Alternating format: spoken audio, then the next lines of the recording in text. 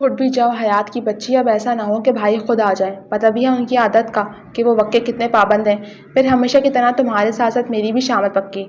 روشی اس وقت تک دھندلائی ہوئی آواز میں حیات کو جگانے کی ناکام کوشش کر رہی تھی، جو گدھے گھوڑے بیچ کر یوں سوئی تھی کہ ٹس سے مس ہونے کا نام نہیں لے رہی تھی، اور متوقع صورتحال کا سوچ سوچ کر روشی کا الگ سے سانس خشک ہو رہا تھا، کیونکہ ہمایوں تو 2 منٹ لیٹ ہونا برداشت نہیں کرتا تھا اور کہاں وہ پورا آدھا گھنٹہ لیٹ ہو چکی تھی، لیکن حیات کا ابھی تک اٹھنے کا کوئی ارادہ نہ تھا، اور اس سے پہلے کہ وہ اسے جھنجھوڑ کر اٹھاتی قدموں کی چاپ پر اس نے پیچھے مڑ کر دیکھا، جہاں ہمایوں سر تاثرات لیے کھڑا تھا، کیونکہ وہ ہر چیز پر کمپرومائز کر سکتا تھا لیکن پڑھائی کے معاملے میں نہیں، کیونکہ وہ خود بہت ذہین تھا اور حال ہی میں ایک اچھے سرکاری عہدے پر فائز ہوا تھا۔ وجاہت، خوبصورتی اور مغروریت کے ساتھ ساتھ ذہانت اس کی اضافی خوبی تھی، تبھی خاندان بھر میں اس کی مثالیں دی جاتی، لیکن حیات اس کے بالکل برعکس تھی۔ کھانا پینا، سونا، فیشن، نت نئے ملبوسات، موویز، میوزک اور سیر و تفریح اس کے پسندیدہ مشغلے تھے۔ پڑھنے سے تو جیسے اس کی جان جاتی تھی، تبھی آج ٹیسٹ کا علم ہونے کے باوجود وہ مردوں سے ریس لگا کر سوئی ہوئی تھی، اور اس سے پہلے کہ روشی کچھ کہتی، ہمایوں نے اسے ہاتھ کے اشارے سے ہی باہر جانے کا اشارہ کیا، جس پر وہ چپ چاپ نکلتی چلی گئی۔ روشی کے جانے کے بعد اس نے طائرانہ نگاہوں سے کمرے کا بھرپور جائزہ لیا تھا، جہاں ہر جگہ پہ ترتیبی کا راج تھا، اور سامنے ہی وہ بیڈ پر آڑی ترچھی لیٹی اپنے ہوش ربا حسن سمیت اس پر عیاں تھی، کیونکہ کمبل آدھا بیڈ پر اور آدھا نیچے بچھے قالین کو سلامی پیش کر رہا تھا۔ تبھی اس نے آگے بڑھتے ہوئے سائڈ ٹیبل پر دھرا پانی کا جگ اس پر انڈیلا، جس پر وہ منٹ کے 1000ویں حصے میں ہڑبڑا کر اٹھ کھڑی ہوئی، اور اب سامنے کھڑے ہمایوں کو دیکھ کر اس کے حواس گم ہوئے تھے، اور لیٹ ہونے کی سزا کا سوچتے تو اسے باقاعدہ جھرجھری سی آئی تھی۔ کون سا سستا نشہ کر کے سوتی ہو کہ تمہاری آنکھ ہی کھلنے کا نام نہیں لیتی؟ سرد لہجے میں پوچھتے وہ براہ راست اسے دیکھ رہا تھا، لیکن پھر جلد ہی اسے اپنی نظریں جھکانی پڑی، کیونکہ اس کا بھیگا سراپا اس کے جسم کے خد و خال کو کچھ اور بھی واضح کر رہا تھا، اور وہ نظریں جھکائے لب کاٹنے میں بری طرح مصروف خود سے بالکل بے نیاز تھی۔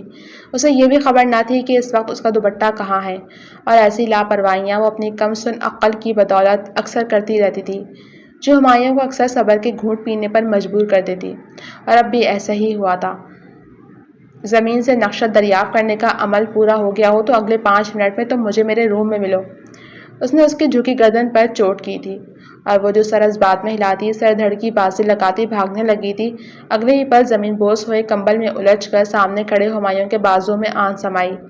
اگرچہ اس نازک صورتحال میں دونوں کا عمل دخل نہ تھا، لیکن اس وقت حیات کے چہرے پر چھائے قوس و قزح کے رنگ ہمایوں کے دل کے تار بری طرح چھیڑ گئے، اور وہ بڑی مبہوت اور انہماک سے اسے تک رہا تھا، جو باقاعدہ اب ہلکا ہلکا لرز بھی رہی تھی۔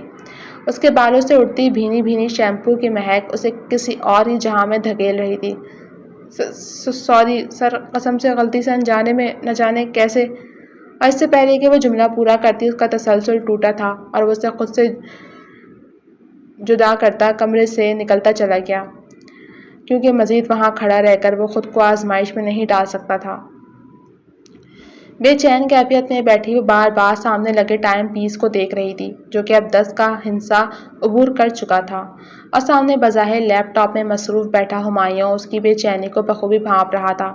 تبھی اس پر ترس کھاتے ہوئے اس نے پوچھ ہی لیا، بھوک لگی ہے؟ اور اس کے سوال پر حیات نے صبر کا گھونٹ پیا تھا اور نفی میں گردن ہلا دی تھی، حالانکہ بھوک سے اس کا برا حال تھا۔ اوکے، مرضی تمہاری۔ حالانکہ مرضی تو ہمیشہ آپ جناب کی چلتی ہے، ہلکی بڑبڑاہٹ میں کہتی وہ اپنے اندر کی کھولن نکال گئی، لیکن یہ کھولن ہرگز بھی ہمایوں جیسے شاطر انسان کے کانوں سے پوشیدہ نہیں رہی تھی۔ ابھی میں نے اپنی مرضی چلائی ہی کب ہے محترمہ حیات صاحبہ، لیکن اب سوچ رہا ہوں کچھ سنجیدگی سے اس بارے میں کچھ معنی خیزی سے کہتا وہ اسے ہڑبڑانے پر مجبور کر گیا تھا۔ اچھا دکھاؤ، حل ہو گئے سوال؟ نہیں، اس نے مری سی آواز میں جواب دیا۔ تبھی وہ چلتا ہوا بالکل اس کے پاس آ کر کھڑا ہوا۔ کیوں، کیا مسئلہ ہے؟ اس نے بھویں اچکا کے پوچھا۔ مجھے سمجھ نہیں آئی۔ ہاں، کیونکہ تمہیں سمجھ تو صرف فیشن کرنے، یہ ڈرامے موویز کی آتی ہے، اور یہ ناخن کس خوشی میں اتنے بڑے بڑے رکھے ہوئے ہیں؟ طنزیہ انداز میں کہتے اس نے براہ راست اس کا ہاتھ پکڑ کر پوچھا، جو اب لب کاٹتی رو دینے کے در پہ تھی۔ تبھی جب وہ 2 بار نیل کٹر لے کر اس کے قریب پہنچا تھا تو وہ سچ میں رو دی تھی۔ اب یہ رونے کا شغل کس خوشی میں شروع ہو گیا ہے؟ مجھے پسند ہے اپنے ناخن، سر پلیز میں نہیں کاٹوں گی۔ اپنے نازک ہاتھوں کو اس کے فرادی ہاتھوں سے آزاد کروانے کی سعی میں وہ رو دی تھی۔ تبھی ہمایوں نے ایک پل کو اس کی بھیگی گھنیری پلکوں کو دیکھتے ہوئے ہاتھ چھوڑ دیا اور اگلے ہی پل اس کے قیمتی موتیوں کو اپنی انگلی کے پوروں پہ چنا تھا۔ چند پل اسے اور دیکھنے کے بعد وہ اٹھ کھڑا ہوا، جھٹ سے واش روم میں بند ہو گیا تھا، اور پھر جب وہ اچھی طرح شاور لے کر باہر نکلا تو وہ یوں ہی صوفے پر بیٹھی سو چکی تھی۔ تبھی وہ بے ساختگی میں اس کی طرف بڑھا اور نہ جانے کے جذبے کے تحت اپنے پرحدت لب اس کے نرم و ملائم رخسار پر رکھ دیے تھے، اور پھر چند پل اور اسے آنکھوں کے ذریعے دل میں سمونے کا عمل پورا کرتے وہ کمرے سے نکل گیا تھا۔ ایسا لگتا ہے میں ہوا میں ہوں، آج اتنی خوشی ملی ہے۔ اپنے سبز آنچل کو ہوا میں لہراتی وہ چھت پر اپنی موسیقی کا شوق پورا کر رہی تھی، اور یہ خوشی یقیناً بھائی کے آج گھر پہ نہ ہونے کی صورت میں چھٹی ہونے کی خوشی میں منائی جا رہی ہے۔ روشنی نے پیچھے سے آ کر جیسے استفسار کیا، یہ تو ہے ہی، میرے پاس ایک اور اس سے بھی بڑی خوشی کی خبر ہے، تم بیٹھو تو تمہیں بتاتی ہوں۔ خوشی سے چہکتے ہوئے اس نے روشنی کو اپنے ساتھ ہی کھینچ کر گھما ڈالا تھا۔ بس کرو بہن، اب پھوٹ بھی دو۔ بتاتی ہوں تمہیں پتہ ہے رات مما اور بابا میری شادی کے بارے میں بات کر رہے تھے، اس کا مطلب ہے اب جلد میری شادی ہونے والی ہے، اور اس بورنگ سی لائف سے اور روٹین سے میری جان چھوٹنے والی ہے، اور سب سے بڑھ کر کھڑوس سر ہمایوں سے جان بخشی ہوگی۔ پھر میں گھوموں گی پھروں گی، موج اڑاؤں گی۔ خوشی اور مسرت سے کہتی وہ ایک الگ ہی جہاں میں پہنچی ہوئی تھی، اور روشنی اس کے ناقص عقل اور معلومات پر مسکرا کر رہ گئی، کیونکہ وہ آدھی بات پر ہی خوشی سے جھوم رہی تھی، اور اگر پوری بات پتہ چل جاتی تو شاید یہ خوشی صدمے میں ہی بدل جاتی۔ ہمایوں آج پورے 15 دن بعد گھر لوٹا تھا، اور اس دوران جہاں حیات اور روشی 5th سیمسٹر کے فائنل ایگزام سے فری ہو چکی تھیں، وہیں گھر میں شادی کی تیاریاں بھی شروع ہو گئی تھیں، اور حیات کسی تتلی کی مانند چہکتی پھرتی تھی، کیونکہ شادی کا اسے بچپن سے ہی بہت شوق تھا۔ اچھی طرح سفر کی تھکن اتارنے کے بعد شام کو اس نے دونوں کو بلایا تھا۔ روشی تو فوراً حاضر ہو گئی تھی، لیکن حیات ہمیشہ کی طرح لیٹ ہی پہنچی، وہ بھی بنا بکس کے۔ السلام علیکم سر، ہلکے سے سلام کہتی وہ کمرے میں داخل ہوئی، جہاں ہمایوں نے ایک ہی نگاہ میں بے تابی سے اس کا جائزہ لیا تھا، جو اس وقت مسٹرڈ کلر کے سوٹ میں بہت دہک رہی تھی۔ وعلیکم السلام، اندازہ ہے کتنے منٹ لیٹ ہیں؟ جی سر 10 منٹ۔ کس خوشی میں؟ اور نوٹس کہاں ہیں تمہارے؟ میں آج سے پڑھنے نہیں آؤں گی سر، کیونکہ بہت جلد شادی ہے میری، اور آپ کو بتایا ہی نہیں کسی نے گھر میں۔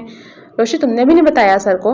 روشی بھی بھلا کیا بتاتی، آپ کون سا گھر میں تھے اتنے دنوں سے؟ اور سامنے بیٹھی روشی اس کی عقل اور بجلی کسی تیزی سے چلتی زبان پر اش اش کر اٹھی تھی، اور ہمایوں اس کے تیزی سے بدلتے رنگ و روپ اور تیوروں کا جائزہ لے رہا تھا۔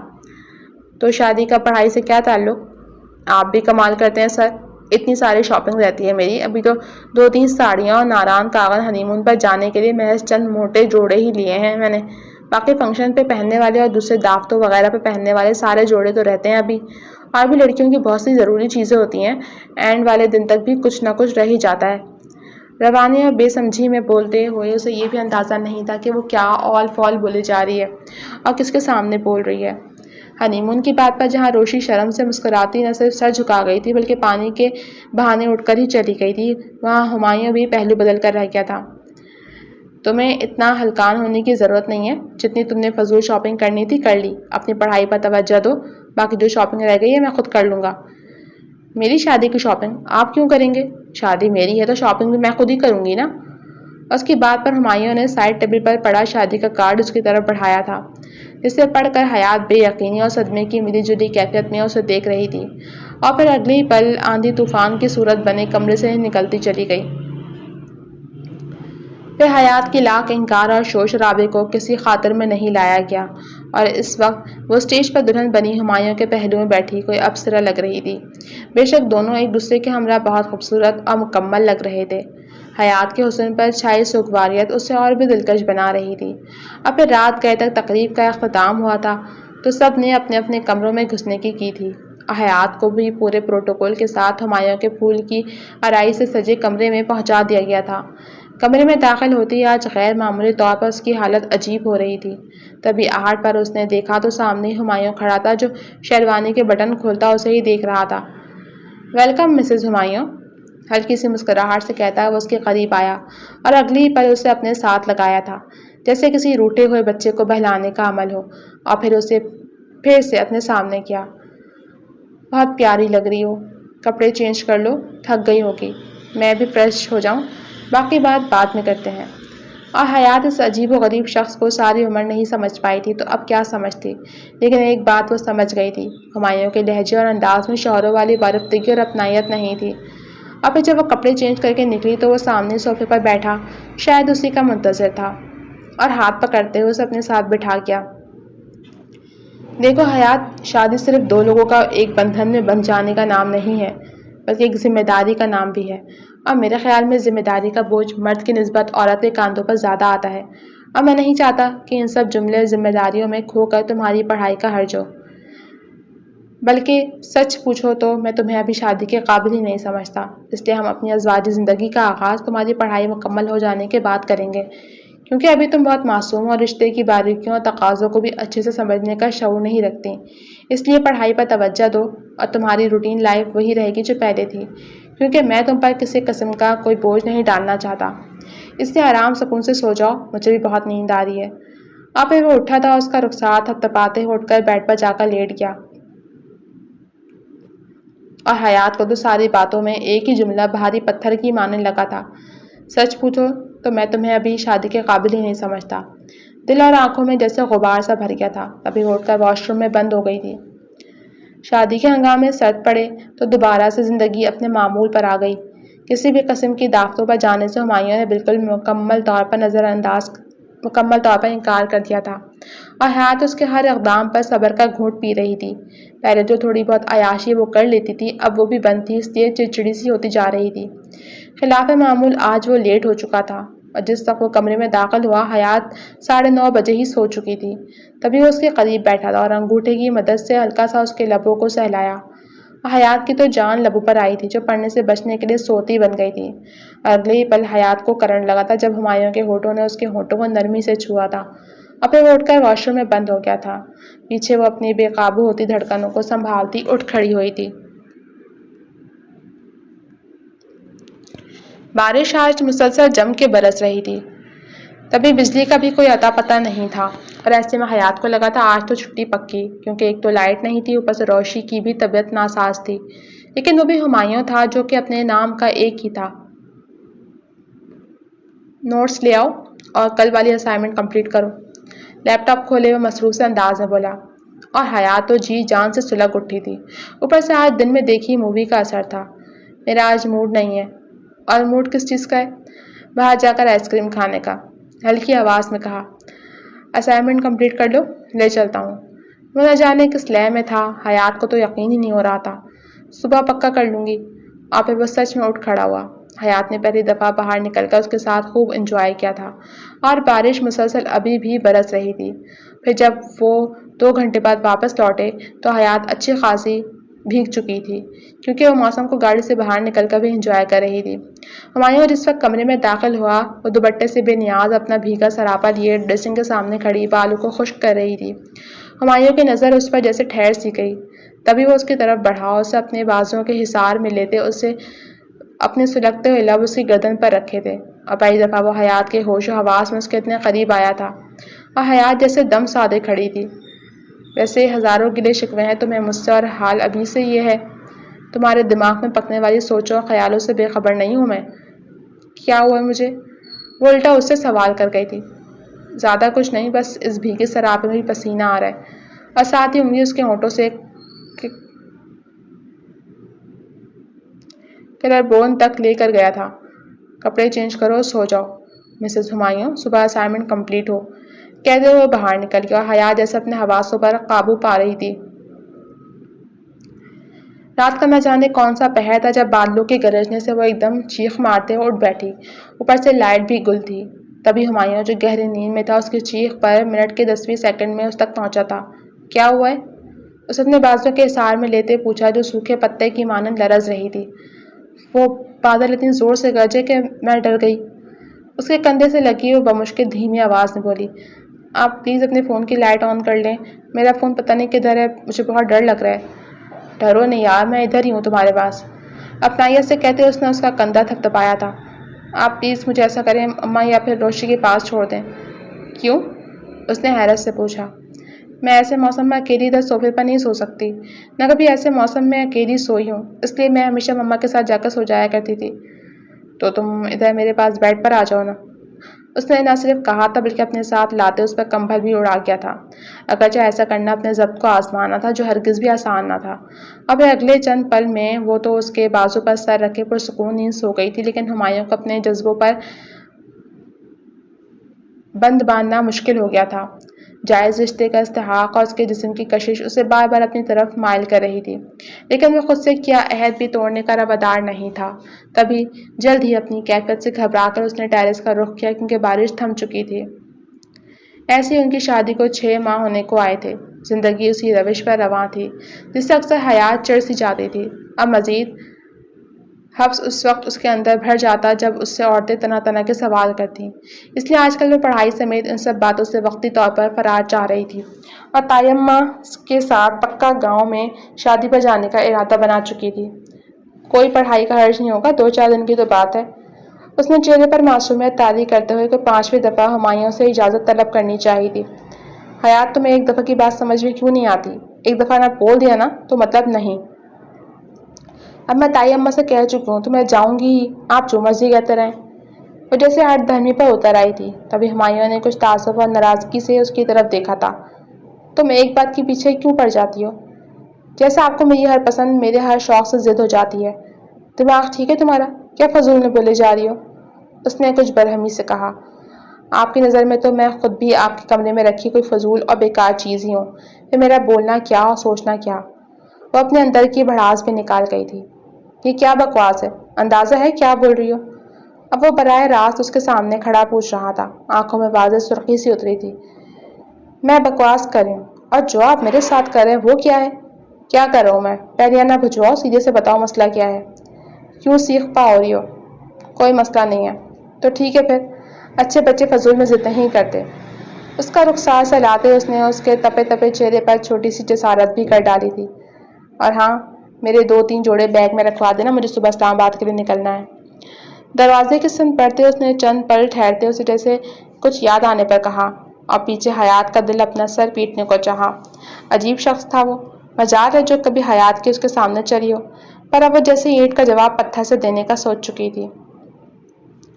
اپنی منمانی کر کے تائی اماں کے ساتھ وہ گاؤں آ تو گئی تھی، لیکن دل اب اندر سے ڈر بھی رہا تھا۔ ہمایوں کے غصے سے تو سبھی واقف تھے، لیکن وہ چند پل سوچنے کے بعد سر جھٹک گئی تھی اور دوبارہ ساری کزن کے ساتھ مصروف ہو گئی۔ تبھی اس کے فون کی بیل ہوئی تھی اور ہمایوں کا نمبر دیکھ کر وہ ایک دم سے سب سے ہٹتی دور ہوئی۔ دوسری بیل پر اندر سے ڈرتے ہوئے اس نے کال اٹینڈ کی تھی۔ تو کر لی اپنی منمانی؟ ہو گیا شوق پورا؟ تو اب نتائج کے لیے بھی تیار رہنا۔ چھوٹتے ہی وہ جیسے دھاڑا تھا اور اگلے پل فون بند کر گیا۔ حیات جیسے دم سادے کھڑی تھی۔ آج مہندی تھی اور وہ جی بھر کے تیار ہوئی تھی۔ اپنی طرف سے ہر ممکن کوشش کی تھی دل کو بہلانے کی، لیکن دل تو اس کے پتھر جیسے سخت لہجے پر ہی اٹک گیا تھا۔ اس لیے سب کچھ اس کی پسند کا ہونے کے باوجود دل جیسے ہر چیز سے اٹھ چاٹ ہو گیا تھا، اور وہ اٹھ آئی تھی۔ وہاں سے چلتے ہوئے قدرے کھلے صحن میں آ گئی تھی۔ بہت سکون ہے یہاں، ہے نا؟ وہ چونک کر مڑی۔ ہمایوں دیوار سے ٹیک لگائے کھڑا تھا، بازو سینے پر باندھے ہوئے، آنکھوں میں وہی روٹ سا انداز جیسے اسے دیکھ کر بھی کوئی اثر نہ ہوا ہو۔ حیات کے لب ہلے۔ آپ کب آئے؟ تم سے مطلب؟ اس نے بے نیازی سے کہا، پھر آہستہ آہستہ اس کی طرف بڑھا۔ میں آؤں جاؤں یا مر جاؤں تمہیں کیا فرق پڑتا ہے؟ ہر لفظ جیسے تیر بن کر لگا۔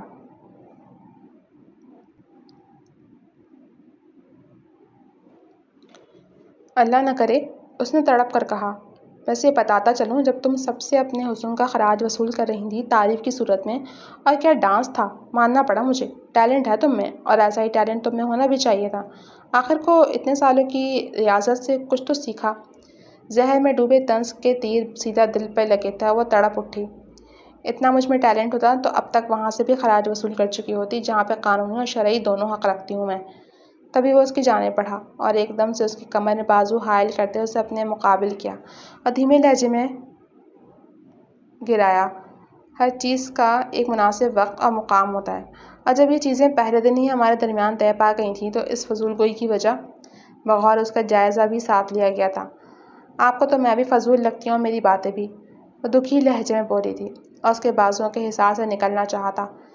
خیر اس وقت تو تمام ہتھیاروں سے لیس ہو تو فضول لگنے کا تو سوال ہی پیدا نہیں ہوتا۔ وہ جیسے اسے ہر پہلو سے زج کرنے کے در پہ تھا۔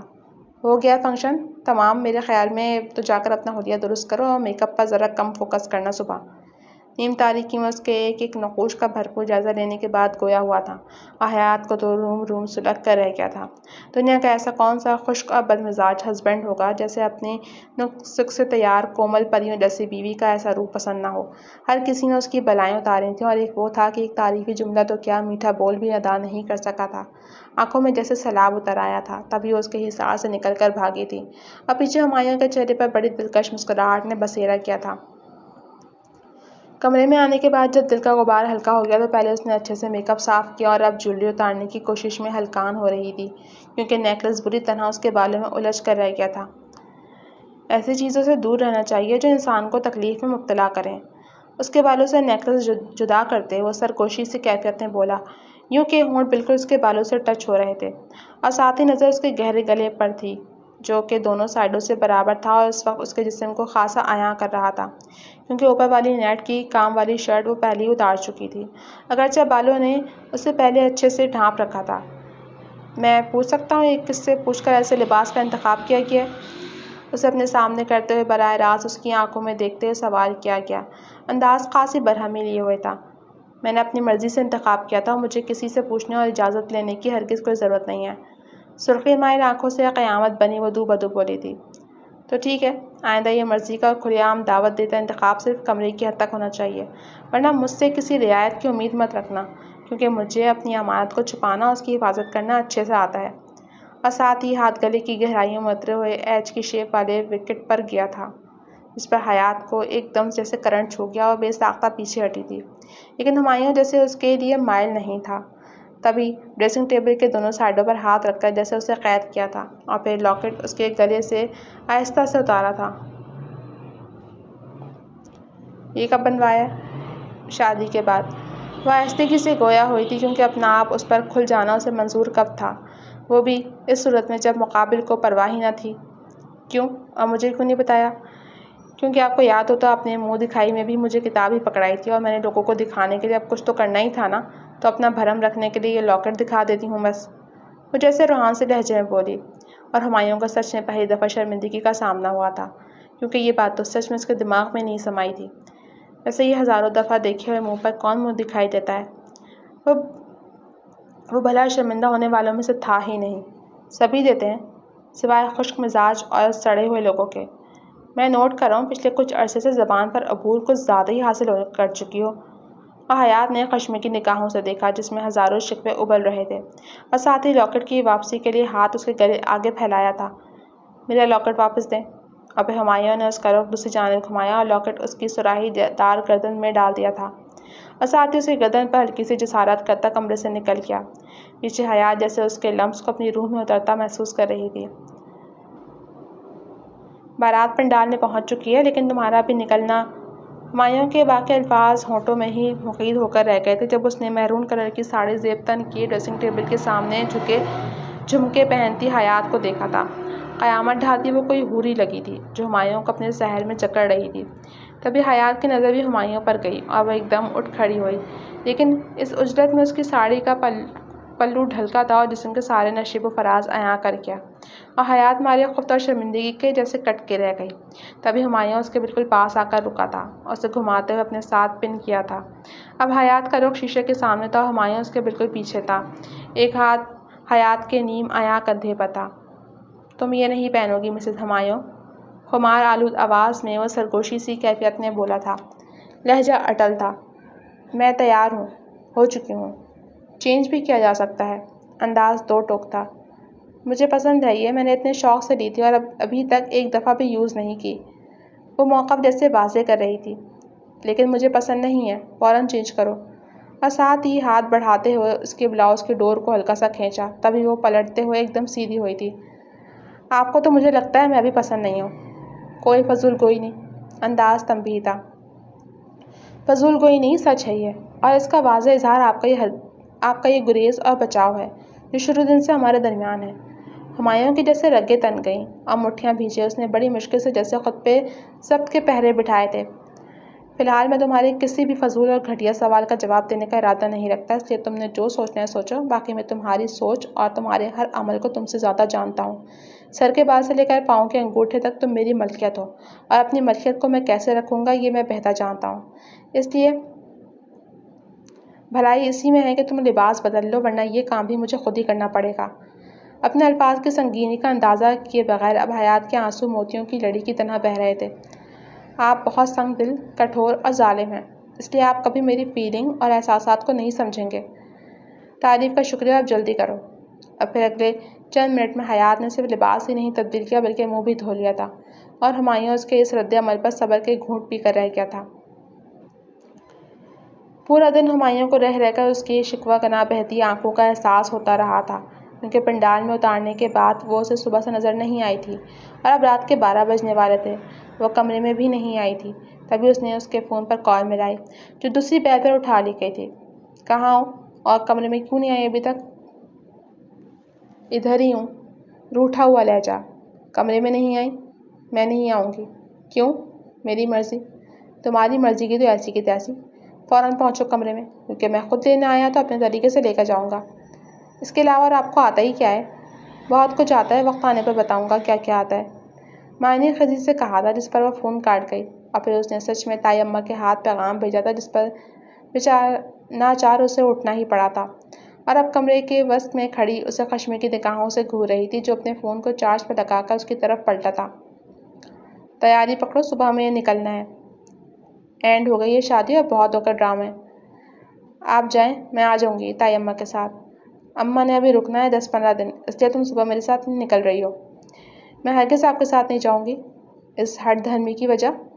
نرمی سے پوچھتے اس نے اس کے بالوں سے کیچڑ نکال دیا تھا، اور وہ کسی آبشار کی طرح پورے جسم کے گرد پھیل گئے تھے۔ بال بھی ہمایوں کو ہی پسند تھے، جو شادی کے بعد اس نے حیات کو کٹوانے نہیں دیے تھے، ورنہ تو وہ کبھی اس نے کندھوں سے نیچے ہونے ہی نہ دیے تھے، اور اب پوری کمر کو چھپائے ہوئے تھے۔ کوئی وجہ نہیں ہے، بلکہ آپ کو تو خوش ہونا چاہیے، ایک ناپسندیدہ بوجھ آپ پر مسلط نہیں ہوگا۔ تبھی ہمایوں نے درستگی سے کھینچتے اس کی کمر میں بازو حائل کیا، اور دوسرے ہاتھ سے چہرے کو تھوڑے سے پکڑ کر خود سے قریب کیا تھا، اتنا قریب کہ ہمایوں کے بیئرڈ کے بال حیات کے ہونٹوں پر ہلکی ہلکی چبھن پیدا کر رہے تھے۔ اگر یہ وجود میرے لیے اتنا ناپسندیدہ ہوتا تو بچپن سے لے کر آج تک صرف اس ایک وجود کے گرد ہی نہیں منڈلاتا رہتا، بلکہ کہیں اور گھیراؤ کر چکا ہوتا۔ اور حیات اس کی پناہوں میں دم سادے جیسے اس انکشاف پر ساکت ہوئی تھی۔ تبھی ہمایوں اس کی طرف جھکا تھا، اور اس کے ہونٹوں کا ذائقہ چکھنے کے بعد خود پر قابو پاتا دور ہو گیا، اپنے کمرے سے ہی نکل گیا تھا۔ پیچھے حیات کو یہ بھی فریب ہی لگا، کیونکہ جیسے وہ اس کو بہلانا چاہ رہا ہو، کیونکہ حیات پر آج کل عورتوں کی باتوں کا الگ ہی بھوت سوار تھا، جو کوئی اسے اولاد کے لیے پیروں فقیروں کا مشورہ دیتی تو کوئی تعویذ گنڈوں پر عمل کرنے کو بولتی، اور وہ بلا کیا بتاتی کہ وہ تو ابھی تک اپنے حق سے ہی نہیں نوازی گئی، اور یہ ایسی بے بسی تھی کہ وہ کسی سے کچھ کہہ بھی نہ پاتی، اور وہ ظالم شخص اس پہ اٹھتے سوالوں اور سرگوشیوں سے ایسا غافل تھا کہ اسے اس عذاب میں جلنے کی خبر ہی نہ تھی، جس کی شدت روز بروز بڑھتی جا رہی تھی۔ بے جی کے لاکھ اصرار پر وہ لوگ آج کے لیے گاؤں رک تو گئے تھے، لیکن ہمایوں بڑی مشکل سے مانا تھا، اور اب ارادہ کھیتوں کی سیر کو جانے کا تھا۔ تبھی سبھی کزنز خوب اٹکھیلیاں کرتے ایک دوسرے کے آگے پیچھے تھے۔ حیات بھی ہمایوں سے فاصلہ بنائے خفگی لیے سست روی سے چل رہی تھی۔ تبھی ہمایوں اس کے ساتھ ہو لیا، یہ منہ پہ 12 کیوں بجے ہوئے ہیں؟ آپ سے مطلب؟ وہ تڑک کر بولی تھی، رات والا غصہ ہنوز برقرار تھا۔ مطلب تو خیر سارے مجھ سے ہی ہیں، تم مانو یا نہ مانو۔ ویسے اصولاً تو تمہیں خوش ہونا چاہیے، آخر کو ایک اور دن کی چھٹی مل گئی، موج مستی ہو رہی ہے، پڑھائی سے جان چھوٹی ہوئی ہے۔ وہ اسے پورا زج کر رہا تھا۔ تو سیدھی طرح کہے نا، آپ سے میری خوشی برداشت نہیں ہو رہی۔ وہ بھی جیسے میدان میں کمر باندھ کر اتری تھی۔ برداشت تو میں کر لوں، مگر تم خوش نظر بھی تو آؤ۔ بغور اس کا جائزہ لیتے ہوئے کہا، نگاہیں اس کے ایک ایک نقش میں اٹکی ہوئی تھیں۔ آپ نے مجھے خوش رکھا کب ہے؟ وہ الٹا اسی سے سوال کر گئی۔ تمہارے نزدیک میں تمہیں خوش کیسے رکھ سکتا ہوں؟ بڑی سنجیدگی سے سوال پوچھا گیا۔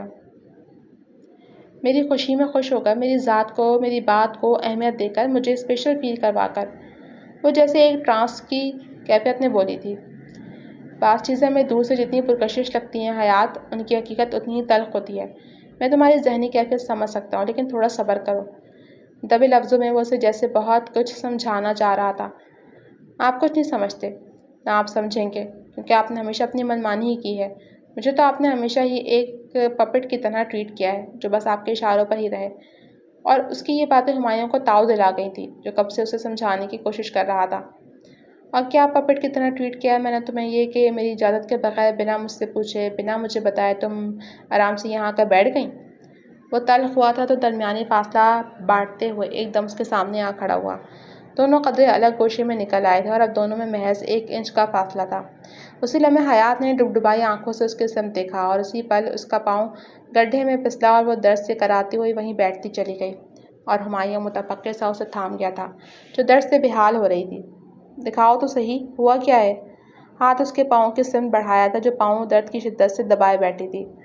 بہت درد ہو رہا ہے، وہ رو دینے کو تھی۔ تبھی ہمایوں نے احتیاط سے تھامتے اسے سہارا دینے کی کوشش کی، کیونکہ اس کے پاؤں پر وزن بالکل نہیں آ رہا تھا، لیکن وہ پوری کوشش کے باوجود ایک قدم نہیں چل پائی تھی۔ اور پھر اگلے ہی پل حیات کو جھٹکا لگا تھا، جب وہ اسے مضبوطی سے اپنے بازو میں اٹھا چکا تھا۔ یہ کیا کر رہے ہیں آپ؟ وہ دبی دبی آواز میں چیخی تھی۔ تمہارے شوق پورے۔ وہ دبی سی مسکراہٹ سے گویا ہوا۔ میرے ایسے کوئی شوق نہیں ہے، آپ بس مجھے نیچے اتاریں۔ اب تو منزل تک پہنچا کر ہی اتاروں گا۔ آپ سمجھ کیوں نہیں رہے؟ سبھی دیکھ رہے ہیں۔ وہ جیسے بے بسی اور شرمندگی کی انتہا پر تھی۔ دیکھ لینے دو، زیادہ سے زیادہ کیا کہیں گے؟ ٹرو لو برڈز، اور یہی دنیا کا سب سے بڑا جھوٹ ہے۔ اچھا، تو پھر سچ کیا ہے؟ اسے بغور دیکھتے ہوئے پوچھا تھا، جو اس کی دھڑکنوں میں تلاطم برپا کیے ہوئی تھی۔ وہ آپ مجھ سے بہتر جانتے ہیں، بے رخی سے کہتی وہ آنکھیں بند کر گئی، جب ہمایوں نے چلتے چلتے یوں ہی اس کی بھی شانے کو چوما تھا اور حیات کو لگا تھا وقت تھم گیا ہے، لمحے رک گئے ہیں، ہر احساس دل میں جنم لیتی عداوت سب کہیں دور جا سوئی تھی۔ دل ایک نئی لے پر دھڑک اٹھا تھا اور وہ آنکھیں بند کیے ہمایوں کی باہوں میں ان لمحوں کو جیسے خود میں سمو لینا چاہتی تھی۔ گاؤں سے نکلتے نکلتے بھی انہیں دیر ہو گئی تھی اور رہی سہی کسر موسم نے پوری کر دی۔ مسلسل برستی بارش نے سڑکوں پر کوہرام برپا کر رکھا تھا، اس لیے انہیں پہنچتے پہنچتے بھی رات کے 12 بج گئے تھے۔ جس وقت ان لوگوں نے کمرے میں قدم رکھا، لائٹ بھی جا چکی تھی۔ تبھی بے ساختگی میں حیات ہمایوں کا بازو تھام گئی۔ کیا ہوا؟ تھکے تھکے انداز میں پوچھا تھا۔ اندھیرا ہو گیا، مجھے ڈر لگ رہا ہے۔ کیا ہو گیا یار، اپنا ہی کمرہ ہے۔ ہاں صحیح کہا، سب کچھ اپنا ہے سوائے اس کے جسے میرا اپنا ہونا چاہیے۔ خفگی سے کہتی وہ بازو چھوڑ گئی۔ تبھی اس نے اندھیرے میں ہی اندازے سے اپنی جانب کھینچا تھا اور دبے دبے غصے میں غرایا، آج اپنے اس دماغ کا خناس نکال ہی دو۔ کون سا ایسا احساس کمتری کا کیڑا ہے جو تمہیں چین نہیں لینے دیتا؟ ہاں ہے میرے اندر کیڑا، وہی کیڑا جو ہر اس عورت کے اندر پایا جاتا ہے جسے شوہر کی توجہ اور پیار نہیں ملتا۔ وہ آج جیسے ابل پڑی تھی۔ باقی عورتوں کا تو مجھے نہیں پتا، البتہ تمہیں سب کچھ مل جائے گا، بس ڈگری پوری کر لو۔ ہمت سے کام لیتے ہوئے اس نے ایک دفعہ پھر اسے سمجھانے کی کوشش کی۔ مجھے نہیں پڑھنا، اکتا چکی ہوں میں، میرا دل نہیں کرتا پڑھنے کو، آپ نہ جانے کیوں میرے پیچھے ہی پڑ گئے۔ وہ کوفت و بیزاری سے کہتی ہمایوں کے ضبط کو آزما گئی۔ اور جو تم چاہتی ہو وہ میں نہیں چاہتا، وہ سرد اور کٹھور لہجے میں کہتا اسے خود سے دور ہٹا گیا تھا۔ جانتی ہوں، کیونکہ میں آپ کو پسند ہی نہیں ہوں، اس لیے آپ بس مجھے چھوڑ دیں۔ بمشکل آنسوں پر ضبط کرتی وہ اٹل لہجے میں بولی تھی، اور اب کی دفعہ ہمایوں کا صحیح معنوں میں دماغ گھوما تھا اور وہ بھبرے ہوئے شیر کی مانند اس کی طرف بڑھا۔ حواسوں میں ہو؟ کیا بکواس کر رہی ہو؟ اس کی کمر کو اپنے فولادی بازو میں لیتے خون آشام نگاہوں سے گھورتے ہوئے پوچھ رہا تھا۔ نہیں ہوں میں حواسوں میں، اور رنگ برنگی باتوں اور جملوں کو سنتے ہوئے میری جگہ کوئی اور بھی ہوتی تو حواسوں میں نہ رہتی۔ کوئی مجھے ڈاکٹروں کے مشورے دیتا ہے، کوئی مجھے پیر و فقیروں کا پتہ بتاتا ہے، اور کچھ نے تو شاید مجھے بانجھ ہی تصور کر لیا۔ یہ بھی آتے ہوئے بھی بے جی نے مجھے دم کی ہوئی شکر تھمائی تھی، لیکن آپ کو ان سب چیزوں سے کیا؟ آپ کو تو کوئی فرق ہی نہیں پڑتا، کیونکہ آپ کو کون سا یہ سب یہ سہنا پڑتا ہے۔ وہ بولنے پہ آئی تھی تو سارا غبار نکال گئی تھی جو اس کے اندر گھٹن پیدا کر رہا تھا۔ تو یہ تمہارا آخری فیصلہ ہے؟ کچھ توقف کے بعد اس نے جیسے فیصلہ کن انداز سے پوچھا۔ جی۔ تو پھر ٹھیک ہے، مجھ سے کسی بھی قسم کی ہمدردی اور محبت کی امید مت رکھنا۔ اب رہا پڑھائی کا سوال، تو وہ تو تمہیں ہر حال میں ڈگری کمپلیٹ کرنی ہے۔ پھر میری بلا سے یہ ذمہ داریاں تم کیسے پوری کرتی ہو، سب کیسے مینج کرو گی، یہ میرا درد سر نہیں ہوگا۔ آخر کو بیوی بننے کو شوق جو تمہیں چڑھا ہوا ہے۔ وہ اپنی صحیح اسے باور کرواتا آخر میں طنز بھی کر گیا تھا، لیکن حیات اپنے فیصلے سے ٹس سے مس نہ ہوئی تھی، اور پھر یہ رات دونوں کے درمیان ایک نئے رشتے کو جنم دے گئی جس میں ہمایوں نے رتی برابر رعایت نہیں بخشی تھی، کیونکہ وہ ایسا ہی تھا، سنگ دل اور کٹھور۔ جو چیزیں اس کی مرضی کے خلاف ہوتی یا اس کے موڈ پر گراں گزرتی وہ انہیں رعایت دینے کا خواہاں نہیں تھا۔ صبح 5 بجے جب اس کی آنکھ کھلی تو حیات کو تھوڑا فاصلے پر سرخ انگارہ آنکھیں لیے بیٹھا پایا تھا، جو رات شاید سوئی نہیں تھی، اور ابھی بھی آنکھوں میں موجود نمی اس کے رونے کی چغلی کھا رہی تھی۔ یہ سوگ اب کس خوشی میں منایا جا رہا ہے؟ جو تم چاہتی تھی مل تو گیا ہے؟ ہمایوں آلود سی آواز میں اسے بغور دیکھتے ہوئے گویا ہوا تھا۔ کسی کا حق دینے اور کسی کا حق تماچے کی صورت میں منہ پر مارنے میں بڑا فرق ہوتا ہے مسٹر ہمایوں۔ لفظ حلیے میں وہ جیسے اسے اس کی زیادتی کا احساس دلا رہی تھی۔ یہ لینے والے پر منحصر ہے، وہ کس صورت میں لینا پسند کرتا ہے۔ اور اٹھو، پہلے کپڑے نکالو، ناشتہ ریڈی کرو، خود بھی 8:30 سے پہلے پہنچ میں ہو، آخر کو بیوی ہو میری۔ ایک حکم نامہ جاری کرتا آخر میں اسے طنز کی مار مارتا ہوا واش روم میں گھس گیا تھا، اور پیچھے حیات جیسے اس ناقابل یقین صورتحال میں بری طرح الجھن کا شکار تھی۔ تبھی وہ 5 منٹ بعد شاور لیتا فریش سا ایک دفعہ پھر اس کے سامنے تھا، جو ہنوز اسی پوزیشن میں بیٹھی تھی۔ حیات بیگم، میں نے شاید کچھ ارشاد فرمایا آپ سے؟ گیلا ٹاول اس کی طرف اچھالتے وہ پھر گویا ہوا، میری طبیعت خراب۔ نم آواز میں مختصر سا کہتی وہ سر تپائے کمبل تان گئی۔ کیوں اتنی جلدی؟ صرف ایک ہی رات میں یہ حال ہے تو روز کیسے مینج ہوگا؟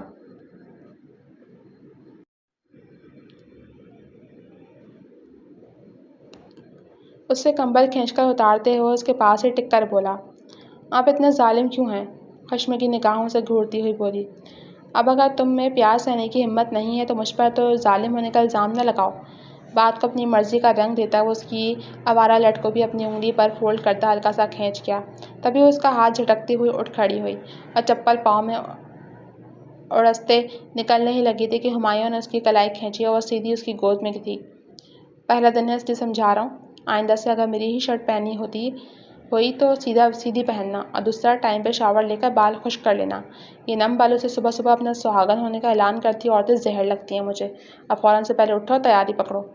اسے سر تپائے نظروں کے حصار میں لیتا ایک ایک بات باور کرواتا وہ کمرے سے نکل گیا تھا، اور پیچھے حیات خود کو دیکھتے ہوئے خود پہ گھڑوں پانی گرتا محسوس کرتی جی بھر کے شرمندہ ہوئی تھی۔ آنے والے وقت نے ثابت کیا تھا جتنا پھوڑ اور نکما وہ حیات کو سمجھتا تھا اتنی وہ تھی نہیں۔ اس کا ہر کام وہ خود کرتی تھی، کوکنگ بھی بہت اچھی نہیں تو ٹھیک تو کر ہی لیتی تھی، بس پڑھائی کے نام سے اب بھی جان جاتی تھی، اور ایسے چکر میں وہ اکثر ہمایوں سے اچھی خاصی عزت افزائی کرواتی تھی، اور جو یوں بھی ہر وقت جیسے بھرا رہتا تھا۔ اور سونے پہ سہاگا آج کل اس کی اپنی طبیعت بھی عجیب بیزار سی ہوئی تھی، کچھ بھی کرنے کو دل نہیں کرتا تھا، ورنہ تو وہ موقع ہی کم دیتی تھی ہمایوں کو۔ اس دن وہ 8 دن کے ٹور کے بعد لوٹا تھا، اور یہ 8 دن حیات نے سکون سے گزارے تھے، اور کتاب کو ہاتھ تک نہیں لگایا تھا، لیکن اب شامت پکی تھی۔ کتنی چھٹیاں ہو گئی یونیورسٹی سے میری غیر موجودگی میں؟ صوفے پر بیٹھے لیپ ٹاپ گود میں رکھے سنجیدگی سے پوچھا تھا۔ چہرے کے تاثرات خاصے سرد اور نافہم تھے۔ 4 ہلکی آواز میں منمناتے ہوئے بتایا تھا۔ کس خوشی میں؟ وہ میری طبیعت خراب تھی۔ طبیعت خراب تھی یا نیت خراب تھی؟ طبیعت ہی خراب تھی، ورنہ میں نے پورے سیمسٹر میں کوئی چھٹی نہیں کی، اپنی ایک ایک بات پر زور دیتے ہوئے بولی تھی۔ چھٹی کی نہیں بلکہ کرنے ہی نہیں دی گئی۔ اور کیا ہوا ہے طبیعت کو؟ اس کی بات صحیح کرتا وہ پوچھ گیا۔ پتہ نہیں، عجیب بوجھل سی طبیعت ہے، دل الگ سے خراب ہو رہا ہے۔ نہ چاہتے ہوئے بھی وہ بتا گئی تھی، ورنہ تفتیش کا دورانیہ اور بڑھ سکتا تھا، انداز جان بخشی کروانے والا تھا۔ اچھا ادھر آؤ۔ ساتھ ہی اپنے پاس صوفے پر جگہ دی۔ تبھی وہ چلتی چپ چاپ اس کے پاس آ کر بیٹھ گئی، جو بغور اس کے ایک ایک نقش کو پڑھ رہا تھا۔ ڈاکٹر کو دکھایا؟ نہیں۔ پریگننسی ٹیسٹ کیا؟ جتنا اس نے سادہ لہجے میں پوچھا حیات کو اتنا ہی شوق لگا تھا، تبھی وہ ہونٹوں ہونوں کی طرح بیٹھی تھی، اور سر شرم سے کچھ اور جھک گیا تھا۔ اس طرف تو اس کا دماغ ہی نہیں گیا۔ شرما بعد میں لینا، پہلے جو پوچھا اس کا جواب دو۔ نہیں۔ اچھا، مجھے لگتا ہے تم ایکسپیکٹڈ ہو، باقی تسلی ہم صبح کر لیں گے۔ یوں ہونے کے بعد ہاسپٹل چلیں گے، ابھی جلدی سے بکس نکالو اور نوٹس تیار کرو۔ حیات کی جس سوچ سے یہ خوشی سے دھڑکن بے قابو ہو رہی تھی، وہ کتنے عام لہجے میں بول رہا تھا، جیسے کوئی روٹین کی بات ہو، اور حیات کا دل ایسے لہجے اور انداز سے جیسے ہر چیز سے اچاٹ ہو گیا تھا۔ میرا دل نہیں چاہ رہا، میں صبح بنا لوں گی نوٹس خود ہی۔ روٹھے سے لہجے میں کہتی وہ اٹھ کھڑی ہوئی۔ تبھی ہمایوں نے کلائی سے پکڑتے اسے اپنی گود میں بٹھا لیا اور ساتھ ہی بالوں سے کیچڑ نکال دیا تھا جو اب آبشار کی طرح پورے جسم پر پھیل چکے تھے، اور سرگوشی سے کیفیت میں بولا، یہ ڈرامے بالکل نہیں چلیں گے مسز ہمایوں۔ ویسے بھی یہ کوئی انوکھا کام نہیں ہے جو تم کرنے جا رہی ہو، نہ ہی میں نے تمہیں سب کے لیے کہا تھا۔ یہ تمہاری اپنی ذاتی چوائس ہے، کیونکہ تمہیں دنیا داری سے جو بہت فرق پڑتا ہے۔ لوگ کیا کہہ رہے تھے یہ سب صرف تمہیں تو سنائی دے رہا تھا، اب میں دیکھتا ہوں دنیا یہ سب تمہارے ساتھ کیسے مینج کرتی ہے۔ وہ صفاقے سے جیسے اسے آئینہ دکھا رہا تھا۔ میں سب کر لوں گی، آپ بس اپنی انا کی جنگ جاری رکھیں۔ نم آنکھوں سے کہتی وہ نہ صرف اس کی باہوں کے گھیرے سے بلکہ کمرے سے ہی نکل گئی تھی۔ جیسے یہ خبر گھر والوں کو ملی ان کی خوشی کا تو کوئی ٹھکانہ ہی نہیں تھا۔ سب گھر والوں نے اسے جیسے ہتھیلی کا چھالا بنا لیا تھا، اور ڈاکٹر کی ہدایت کے مطابق زیادہ اوپر نیچے سیڑھیاں اترنے چڑھنے سے اجتناب کے باعث اس کا کمرہ بھی تائی اماں نے نیچے شفٹ کروا دیا تھا، اور ایسے میں ہمایوں کو بھی اسے کچھ بھی کہنے کی اجازت نہیں تھی، بلکہ اس کا بہت سارا خیال رکھنے کی ہدایت دی گئی تھی۔ اور یہ سب دیکھ کر حیات تو بہت مسرور تھی، البتہ ہمایوں کا اپنا کمرہ بدل ہونے پر جی بھر کر اس پر تاؤ آیا تھا۔ اگر ملکہ عالیہ کے موڈ پر یہ بات گراں نہ گزرے تو 4 لفظ پڑھ لیں، ایگزام مجھے لگتا ہے اسی ویک اسٹارٹ ہے۔ گہرے طنز سے کہتا وہ اسے ٹوک گیا، جس کا ارادہ رات کے 8 بجے سونے کا تھا۔ آپ مجھے ڈانٹتے ہیں، ادائے بے نیازی سے منہ پھلائے کہتی وہ اسے بہت معصوم لگی۔ جب تم بات نہیں مانو گی تو اور میں کیا کروں گا؟ میں نے کون سی بات نہیں مانی آپ کی؟ یہ سامنے رزلٹ ہے پھر بھی پوچھ رہی ہو؟ اس نے اس کے سراپے کی طرف اشارہ کر کے کہا، جس پر وہ کچھ خفت زدہ سی ہوئی تھی۔ آپ خوش نہیں ہیں اس سب سے؟ تمہیں کیا لگتا ہے؟ وہ الٹا اسی سے سوال کر گیا۔ نہیں ہیں آپ خوش؟ اگر اندازہ صحیح لگا سکتی ہو تو پھر وجہ بھی معلوم ہوگی۔ قدم چلتا بالکل اس کے پاس آ کھڑا ہوا تھا، اور اس کے ایسے کہنے سے یکایک حیات کی آنکھیں نمکین پانی سے بھرنے لگیں تھیں۔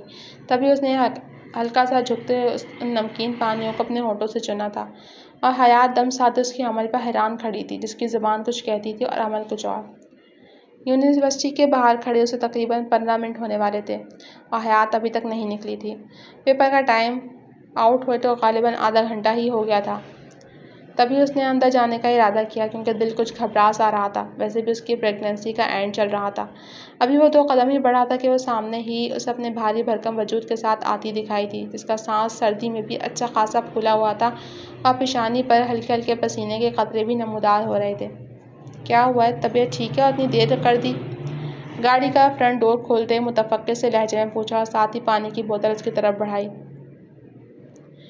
ہاں، وہ پیپر 3rd فلور پہ تھا تو سیڑھیاں اترتے اترتے دیر ہو گئی۔ پانی کی بوتل کو ایک ہی سانس میں آدھی اندر اتارتے وہ دھیمے لہجے میں بولی، کیا ایسی کنڈیشن میں تم نے سیڑھیوں کا انتخاب کیوں کیا؟ اس نے حیرت اور کچھ پریشانی سے پوچھا۔ ایکسیلیٹر کی سہولت نہیں تھی، اب بند لفٹ سے مجھے ویسے ہی ڈر لگتا ہے، اور ویسے بھی ڈاکٹر نے کہا تھا سیڑھیاں اترنے چڑھنے کا تاکہ ڈلیوری میں آسانی ہو۔ سہولت سے جواب دیتی وہ گاڑی کی سیٹ پر سر رکھ گئی، جیسے تھک گئی ہو تو گاڑی کی سیٹ پیچھے کر دیتا ہوں، آرام سے تھوڑا لیٹ جاؤ۔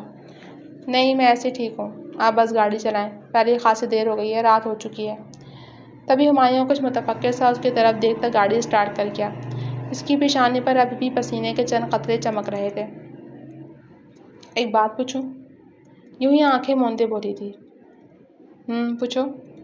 آپ نے مجھ سے بیبی کے جینڈر کے بارے میں نہیں پوچھا؟ اولاد خدا کی طرف سے تحفہ ہوتی ہے، اس لیے میرا ماننا ہے کہ تحفے کو اس کے ٹائم پر دیکھنا چاہیے۔ گاڑی کو اشارے پر روکتے ہوئے دھیمے لہجے میں گویا ہوا، اور ساتھ ہی سامنے کھڑے بچے کو اشارہ کیا، جس کے ہاتھ میں تازہ پھولوں کے خوبصورت گجرے تھے، جسے لیتے ہوئے اس نے حیات کی گود میں رکھ دیا۔ اگر کرم نوازی کی ہے تو پھر پوری طرح کر دیں۔ گجروں کی تازگی کو انگلیوں پر محسوس کرتی وہ دل کی البیلی سی خواہش کو نام دے گئی۔ تبھی ہمایوں نے بنا ایک بھی لفظ بولے وہ گجرے اس کی جھولی سے اٹھا کر کلائیوں میں بھر دیے تھے، اور حیات تو جیسے کھل اٹھی تھی۔ ایسی نوازشات وہ بھلا کب کرتا تھا، لیکن اس 9 ماہ میں اپنی باتوں کے برعکس اپنے عمل سے اس نے ہر مان سونپا تھا حیات کو، پر باتیں پھر بھی دل جلانے والی ہی کرتا تھا۔ بس یا کچھ اور؟ Ice cream? شرارتی نگاہوں سے اسے دیکھتی بولی تھی۔ منع کیا ڈاکٹر نے، بس تھوڑی سی کھاؤں گی۔ اور پھر واقعی آئس کریم پارلر کے سامنے گاڑی روک گیا، اور احتیاط سے حیات کو گاڑی سے نکالتا وہ حیات کو ایک دم جیسے مہربان شجر جیسا محسوس ہوا تھا۔ تبھی وہ بغور ہمایوں کے ہاتھ میں دبے اپنے ہاتھ کو دیکھ رہی تھی۔ ایسے کیا دیکھ رہی ہو؟ اسے مسلسل اپنی سمت دیکھتا پا کر وہ پوچھ گیا۔ دیکھ بھی رہی ہوں اور سوچ بھی رہی ہوں۔ کیا؟ یہی کہ آپ جذبوں کے معاملے میں اتنے کنجوس کیوں ہیں؟ کیونکہ میں سمجھتا ہوں ہر جذبے کے اظہار کا اپنا ایک وقت ہوتا ہے، اور میرا ماننا ہے جذبوں کو وقت کی زنجیروں سے آزاد ہونا چاہیے، کیونکہ چاہنے والے بھی شاید ملیں یا نہ ملیں، اس کے دل میں جو بات ہو کہہ دینی چاہیے، اس کے لیے مناسب وقت کا انتظار نہیں کرنا چاہیے۔ ٹھیک ہے، تو تمہیں کون روک رہا ہے؟ کہہ دو جو دل میں ہے۔ اور حیات کو ماننا پڑا تھا وہ بات گھمانے میں ماہر ہے۔ سنجیدگی سے کہتا وہ ارد گرد دیکھ رہا تھا۔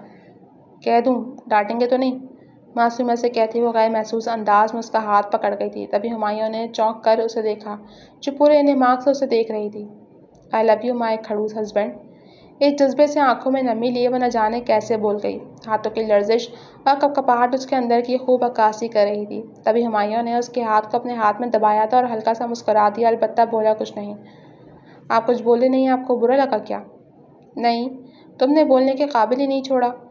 مسکرا کر کہتا وہ اس کا ہاتھ پکڑ کر اٹھ کھڑا ہوا، اور وہ بھی اس کی تقلید میں چل دی۔ آؤ۔ کیا ہوا؟ میں والیٹ اندر بھول آیا ہوں، تم بس ایک سیکنڈ کھڑی ہو، میں ابھی آیا۔ کہتے وہ تیزی سے اندر کی طرف بڑھا، اور وہ وہیں آہستہ آہستہ گاڑی کی طرف بڑھنے لگی تھی کہ اچانک ایک موٹر سائیکل سوار بری طرح اس سے آ کر ٹکرایا تھا، اور وہ منہ کے بل دور جا کر گری تھی۔ ساتھ ہی فضا میں اس کی ایک دل خراش چیخ گونجی تھی، اور سامنے سے نکلتے ہمایوں پہ تو جیسے قیامت ٹوٹ پڑی تھی۔ دیوانہ وار اس کی طرف بڑھتے اس نے اسے باہوں میں بھرا تھا، جو نیم بے ہوش ہو چکی تھی۔ 2 گھنٹوں کے مشکل ترین آپریشن کے بعد اس نے ایک خوبصورت بیٹے کو جنم دیا تھا، اور یہ 2 گھنٹے ہمایوں کی جان جیسے سولی پر اٹکی رہی تھی۔ اور پھر اگلا پورا دن یوں ہی گزرا تھا۔ سب گھر والوں کا تانا بانا لگا رہا تھا، اور اب رات کو وہ سب کے جانے کے بعد کمرے میں داخل ہوا تھا۔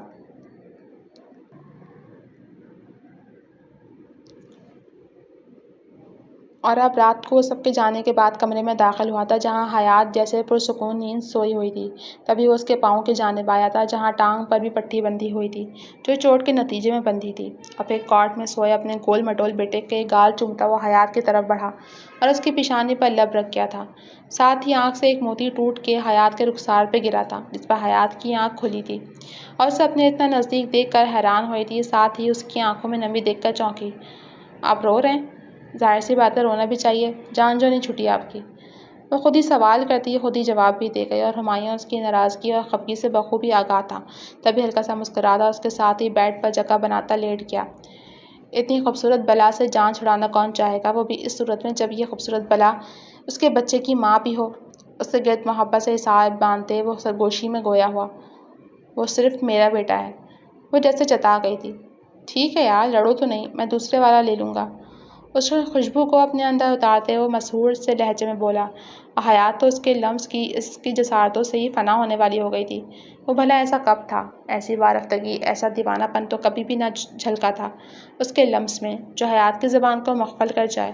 تبھی وہ غیر محسوس انداز میں تھوڑا پیچھے ہوئی تھی، لیکن وہ اتنی شدت سے دوبارہ اسے نرمی سے خود میں سمو گیا۔ اب مزید نہیں حیات، تم صحیح کہتی ہو، جذبوں کو وقت کی زنجیروں سے آزاد ہونا چاہیے، ورنہ انسان کے حصے میں پچھتاوے آتے ہیں، اور میں نہیں چاہتا میرے حصے میں پچھتاوے آئیں۔ سچ پوچھو تو میں بہت ڈر گیا تھا، تمہیں کھونے کا تصور ہی میری جان نکال گیا تھا۔ تمہیں وہاں سے ہاسپٹل میں کیسے اور کس حالت میں لے کر آیا یہ میں جانتا ہوں، یا میرا خدا، لیکن اس پر مجھ پہ انکشاف ہوا کہ تمہارے بغیر تو میں کچھ بھی نہیں۔ ہمایوں تو ایک خول ہے، روح تو اس میں ہے، اس میں حیات ہے۔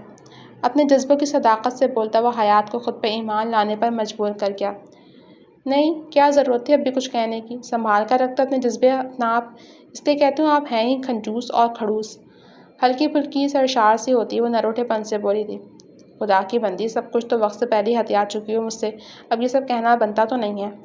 وہ جیسے معنی خیزی سے بولا تھا، اور اشارہ کس طرف تھا سمجھتے ہوئے وہ نہ چاہتے ہوئے بھی بلش کر گئی۔ ہاں تو وہ تو میں نے اپنے زور بازو سے حاصل کیا سب، ورنہ آپ کا کیا بھروسہ؟ ہلکا سا مسکراتے ہوئے بولی تھی، اور اس بات پر ہمایوں بھی مسکرا دیا تھا، اور ساتھ ہی اس کے سر پہ بوسہ دیا تھا۔ ایک بات پوچھوں؟ تھوڑے توقف کے بعد وہ بولی تھی۔ 100 پوچھو۔ آپ اب تو ناراض نہیں ہیں نا مجھ سے؟ ناراض نہیں تھا یار، ہاں مجھے غصہ تھا تم پہ۔ جب میرے اور تمہارے درمیان بات ہو چکی تھی تو تمہیں لوگوں کی باتوں میں نہیں آنا چاہیے تھا۔ ایک لڑکی کے لیے یہ سب مینیج کرنا بہت مشکل ہوتا ہے، اور لوگوں کا تو کام ہوتا ہے باتیں کرنا، اس کے علاوہ اور کچھ نہیں تھا۔ اچھا، اور آپ نے اس دن مجھے آئی لو یو ٹو بھی نہیں بولا؟ اس نے معصومیت سے ایک اور شکوہ کیا تھا، جس پر ہمایوں کا قہقہ بے ساختہ تھا۔ آئی لو یو ٹو میری جان۔ میری زندگی میرا مان، تمہارے بغیر یہ 6 فٹ کا مرد بالکل ادھورا ہے، بیکار ہے۔ اور اس قدر خوبصورت اظہار پر وہ جیسے کھلکھلا اٹھتی تھی، اور سامنے کھڑکی میں جھانکتا چاند بھی ان کے دلوں کی طرح محبت کے نور سے چمک رہا تھا۔ ختم شد۔ جی تو فرینڈس، اس کہانی کا اختتام یہاں پہ ہوا جاتا ہے۔ کیسی لگی آپ کو یہ کہانی؟ کمنٹ سیکشن میں اپنی رائے کا اظہار ضرور کیجیے گا۔ جانے سے پہلے چینل پہ اگر آپ لوگ نئے ہیں تو ہمارے چینل کو سبسکرائب کر دیں، ویڈیو کو لائک کر دیں اور بیل نوٹیفیکیشن کو بھی پریس کر دیں۔ مجھے دیجیے اجازت، حاضر ہوں گی نئی اسٹوری کے ساتھ۔ تب تک کے لیے ٹیک کیئر، اللہ حافظ۔